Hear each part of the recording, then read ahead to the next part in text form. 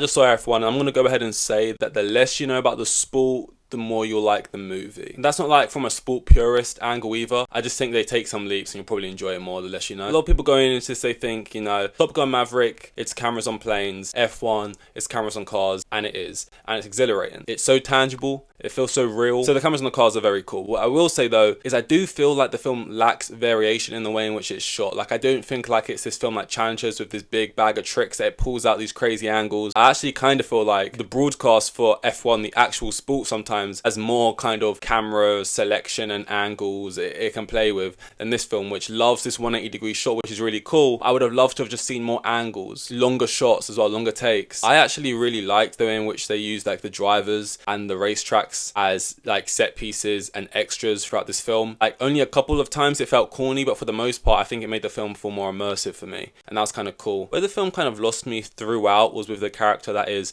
Joshua Pierce, played by Damson Idris. Now I'm going to Damson Idris. His character is like the epitome of like a telling me not showing me kind of character. Like he goes through like a typical arc you would expect, but I do not see the right dominoes fall for him to have certain changes. And also the biggest of all is they tell us he's a talented young rookie driver. He just isn't anything special. That is like a separate video. Like the amount of times I was thinking about that and how it comes into play in the final act, in the finale of the film, and in the part where I'm meant to be feeling a certain emotion, all I can think about is that what just happened. I was like, damn. But for the most part, I did enjoy this film. I did largely enjoy it. And I can't tell if I enjoyed it any more or any less because I already like the sport.